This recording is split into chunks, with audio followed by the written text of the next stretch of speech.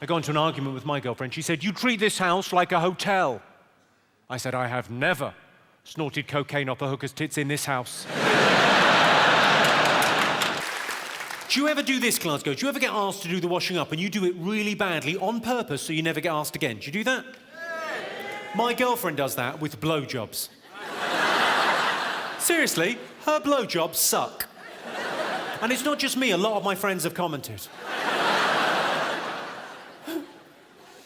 We went out for a drink the other night, me and my girlfriend, and we were chatting about what people actually think about when they're having sex. Not a conversation I would recommend. She said to me, what kind of a man fantasizes about his partner's friends whilst he's actually having sex with his partner? And I said, promise you won't get mad. Who's in a long-term relationship? Give us a shout if you're in a long-term relationship, yes? Oh, loads of us this year. Okay, well, you'll know as I know, in a long-term relationship, it's all about compromise. It's about finding that common ground, because if you're not both happy, neither of you can independently be happy. No one's happy when the other half has got a face on, are you? So you've got to find that common ground. Here's a good example of compromise from my life. This happens a lot in our house. I want to go out for the evening, a night out. She wants a romantic night in. So as a compromise, we go dogging. We don't. I suggested having sex outside once, and she went, "What if someone comes?" I said, "We'll go home." I'm telling these rather bawdy jokes, but I'm actually quite a sensitive kind of guy, quite metrosexual. I remember the first time I got together with my girlfriend 12 years ago now, first time we had sex, first time we hooked up, I cried. I don't know whether it was the physical act or the emotion of it or the pepper spray, but I teared up. We got into a row. You'll be familiar with this. If you're in a long-term relationship, this is the kind of scenario for a row that I think happens a lot. We got into a fight on the way back from a party. So we went to this amazing party. It's about 2:30 in the morning. We're driving home. So I'm driving. I haven't had anything to drink, stone cold sober, driving. She's had quite a lot to drink. I mean, in terms of units of alcohol, she's had an awful lot to drink. But she's not drunk. And I know she's not drunk. I know she isn't drunk because she told me she wasn't drunk 400 fucking times. You know, like sober people don't. Anyway, the worst thing about this argument, I didn't even say anything. Someone else said something, and she was talking about that, and I just agreed with the fact that the other person said. And it was a fact. It wasn't a point for debate. It was a fact. So I was driving along, right? She's talking a lot. I'm listening a little. Okay, my bad. But she's telling me about the evening in real time. And I was there for most of it, so I don't need to be hearing this. A lot of the stories involve me. Right, so we're driving along, she tells me the story, and she got to the point, she said, this mutual friend of ours, this girl that we both know, she said, that girl said my dress was short. I went, yeah, it is. You're taking her side? Why don't you go back to the party? Why don't you drive her home? It was short. I mean, it was a really short, it was what I would call a greyhound. You call it a greyhound? It was just an inch away from the hair.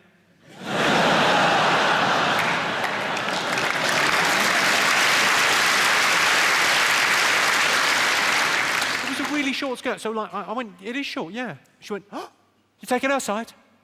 When you go back to the party and drive her home then, if you fancy her so much? Trying to undermine me, you saying I've got fat legs? Suddenly fucking Chewbacca's in the car. You never fucking fancy me anymore, you know what the fuck, there's just snot and... Next thing I know, like within 20 seconds, she's pulling on the car door. We're doing 40 miles an hour, middle of nowhere, 2:30 in the morning. She's going, I'll walk home, trying to open the car door. She's not wearing a seatbelt because she's pissed. Opening the car door, safer. Opening the car door, I had to stop the car. Because it's dangerous, right? So as soon as I stop the car, she fucks off out, immediately. Teetering on heels up the road. No coat, no money, no keys, no idea where she's fucking going. I'll walk home, you don't even fucking care, I'll fucking walk home.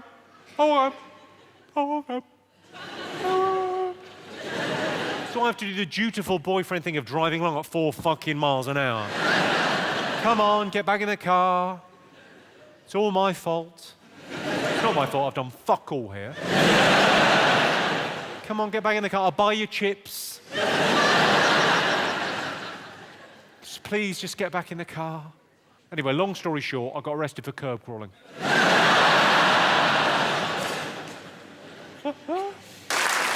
Let's talk about gifts, because gifts are very important when you're in a relationship. They show your partner how you feel about them. This is interesting. My girlfriend suggested last Christmas that we limit ourselves to £20 for each other's presents. But I wasn't thinking about spending that kind of money. Obviously, if you're buying gifts for a woman, it's pretty easy. You just go for the classics. You know, champagne, chocolates, flowers. Unless you're dating an alcoholic bulimic with hay fever. I buy my girlfriend flowers every week, because I really fancy the girl in the florist. I've told the girl in the florist my girlfriend's dead. I thought it was a good idea at the time. It slightly backfired. You try explaining to your other half why you got her a wreath 4 weeks in a row.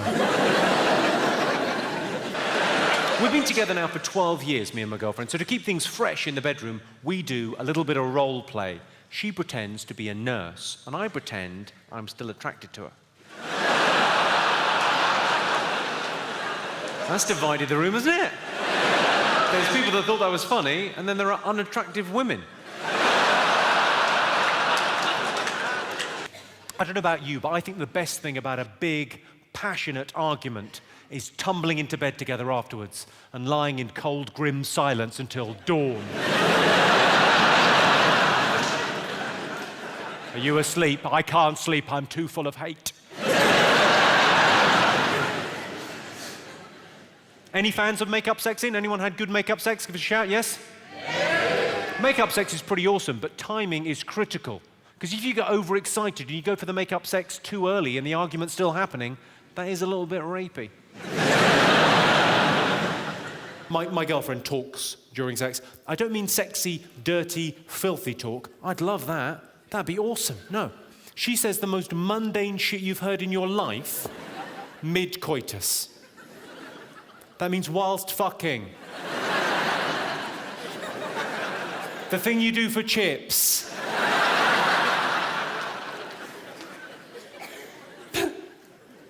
I'll give you an example, OK? So a couple of weeks ago, we were making love. I'd made her do it love. We were about halfway through. Well, we were nearly finished, truth be told, but she didn't know that. I was actually... And she said, "Where'd I leave my keys?" I said, "Well, they're not in your vagina. I've had a good route round. I was sure I would have noticed something. I'll check your bum." She said, "You will not. It's no one's birthday." So I've come up with a way of dealing with this, OK? I could just say to her, "Could you not say mundane things during sex because it sort of kills the mood for me, sort of ruins it, you know, kills the moment." I could just say that, but that would be literally no fun at all. So what I'm doing is whatever she says to me, no matter how mundane, whatever she says to me during sex, I try and make it sexy. Set myself that challenge. It's a lot of fun. I'll give you an example. She said to me a couple of weeks ago, she said, "The recycling's coming tomorrow." Well, more accurately, she said, "The recycling's coming tomorrow." So I said, "The recycling's not the only thing coming tomorrow." "Yeah, I'm gonna separate your paper and plastic." Doesn't really mean anything. That's my sexy voice, by the way. I think the men in the room will be able to relate to this. My girlfriend always wants to stay in and watch Downton Abbey, but I want to go out and get a new girlfriend. I thought it'd be okay for me to have sex with other women because my girlfriend and I were on a break. But apparently, I ruined that weekend at Centre Parks.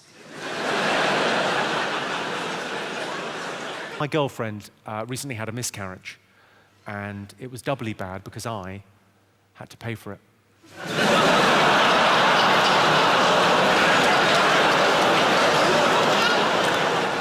That feels like we're getting somewhere. And I realise an abortion can be a very upsetting thing for a woman. But at the same time, who doesn't get a little confidence boost when they lose a bit of weight?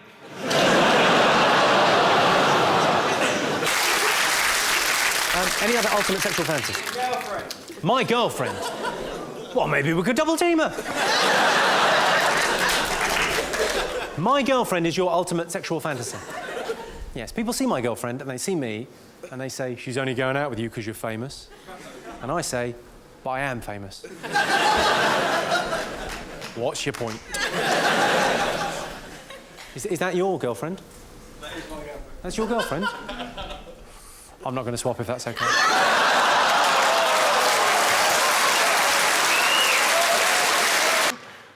Told my girlfriend the top she was wearing was too revealing. Said Jimmy sometimes cries after sex.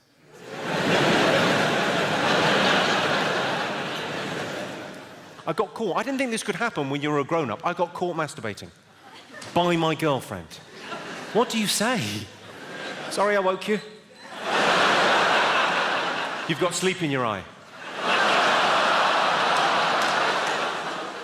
My girlfriend said recently, she said, we need some romance in our lives. So I took the hint, I booked a hotel, flowers, chocolate, champagne, petals on the bed, the full bit, ended up having incredible sex. Of course, it turned out she wanted me to take her. What's the fucking point of that? I live with her. She'll be there when I get back. Put the kettle on, love, and fucking knackered. I was at a party, I was chatting to a guy. He said, what does your girlfriend do? I said, anything but anal. I'm joking. She loves it. I'm in a long-term relationship, but I'm not married. Is anyone else in that situation? Quite a few, but you're timid about saying, because like me, you'll know, if you're in a long-term relationship but not married, everyone, friends, family, colleagues, acquaintances, everyone feels they can stir it up a bit. As soon as anyone hears, they go, have you thought about? You two, have you thought about? Trying to start an argument between us. I think it's very rude. So whenever anyone says to me, have you thought about? Thought about? Thought about? I always go, what, putting a third finger in? I could give it a go. I'm not sure it's what the relationship is missing. Maybe try the shocker. 2 in the pink, 1 in the stink. That's how that works. Sorry, too much? 2 in the goo, 1 in the poo. There. Nicer for everyone. I don't know what conversation that prompted there. I imagine that was you, madam, turning to him thinking, I'm glad it's not just you. I had a woman come up to me after a show in Tunbridge Wells. She said, I found that shocker thing very uncomfortable. Now, I knew what she meant. But I couldn't help myself. I said lubricant. I'm not saying I feel cheated, but when we got together, she said to me, I'm very liberal about sex. I don't care what people do, as long as they're consenting adults and no one gets hurt. There's always a catch, isn't there? No one gets hurt. Consenting. Adults. Basically, no fun. My girlfriend and I, we do a little bit of role play in the bedroom. I pretend to be a swarthy Italian Lothario, and she pretends to be asleep. She gets pretty into it as well. Sometimes she's there for 7 or 8 hours.